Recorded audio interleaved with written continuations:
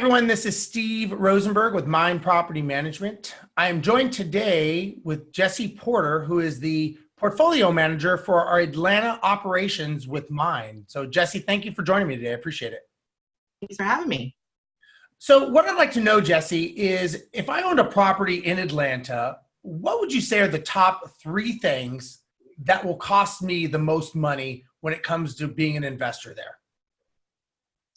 That is a great question, Steve. So for me, I'm going to list them off to you and then we can kind of talk through them. I have found that if you choose an appropriate vendor that's not appropriately licensed or has the appropriate references, you tend to get into a situation where you then have to pay extra to fix the problem, which I come across. That is one of the biggest things I always come across, is choosing the wrong vendor. Yeah, I know a lot of people will use the cheap person, and the cheaper's not cheaper.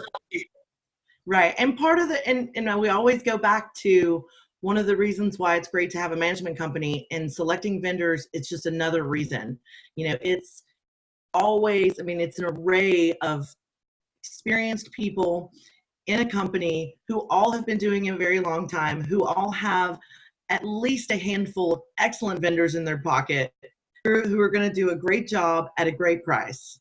You know, and we obviously all have the one guy who's going to do it for really super cheap, but you have to be aware of what you're doing in those aspects. I'm not saying you should overpay for a lawn guy if it's just a small lawn. I mean, everybody's got something that's appropriately fit for that type of vendor, but you can't always go the cheapest route. You just can't, because it will cost you more money than you ever imagined. Ever. Absolutely. What's number in addition 2? To that, oh, I'm sorry.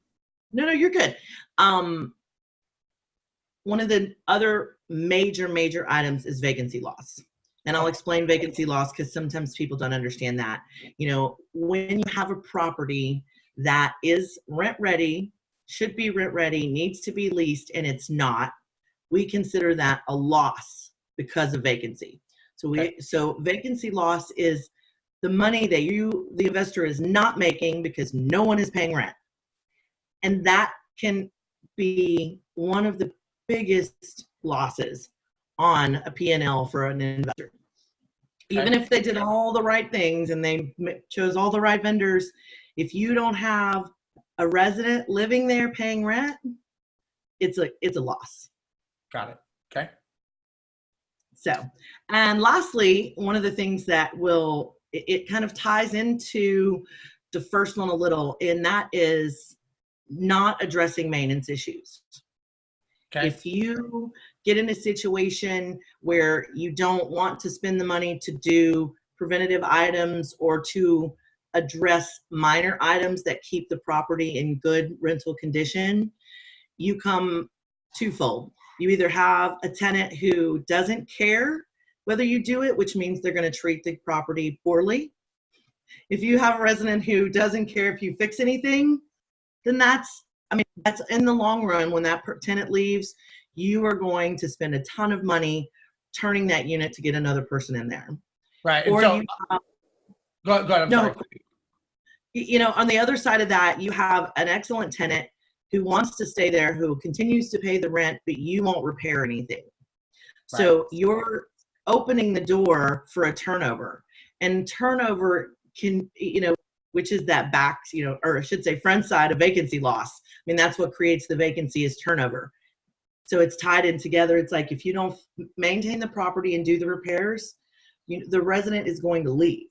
If they're a quality resident and they want to live in a nice place, and you're not making it that or keeping it that way for them, they will definitely go somewhere else. And you're sitting on a vacant property that needs thousands of dollars worth of work because you've potentially ignored it. Yeah, like I've seen a lot of investors, they don't want to fix a $50 pipes leaking, and they don't want to fix it. Well, the tenant leaves, and now you have several $1,000s in mold because you didn't want to fix a $50 ticket to just fix a leaky pipe that went unnoticed or unchecked for the last 3 years. And now you've got a much bigger issue. And again, that's what costs you money. So just kind of to recap, and these were great information, is the first thing is hiring bad contractors or the cheap contractors Obviously, we know that someone going back 2 or 3 times to fix the same thing, not only does it cost you money, but it costs you time because now you have to deal with that, and goodwill with the tenant is the resident. You start losing goodwill with the residents. That's another thing. So bad contractors / vendors are one thing. As you said, vacancy loss, you're in the business to create revenue.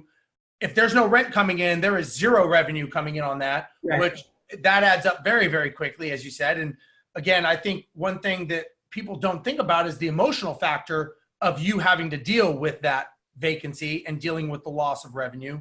And then last is not doing the proper maintenance or preventive maintenance and upkeep, and which obviously is time and effort, and eventually will become a vacancy that you're still going to have to fix the problem, but now you've got no revenue coming in while you're fixing the problem. Right. So, Absolutely. those are really good. Those are really good. Well, Jessy, if somebody wants to know more about investing and talk to you about getting some real estate in Atlanta and knowing about that, how would they get a hold of you? They can call directly at 1-833-4MIND, and that's FORMYND, or they can email directly at askjessy, ASKJESSY, at mind.co. Okay. And if you want to know more, we have a Facebook group. The Facebook group is the Mastermind Real Estate Investment Club. It's for investors. It's, free to join on Facebook, and it's all about helping fellow investors. I'm on there. Many people are on there. Feel free to click on the link and join. We also have a podcast show. It's the Mindful Investor Podcast. We have experts in the industry, leaders that are out there doing what we're all doing as investors every single day. You can find it on iTunes, Spotify, all the channels, as well as just going to our website, which is mind.co. So www.mind.co. So on behalf of Jessy and myself, thanks for watching, and we'll talk to you later. Bye-bye.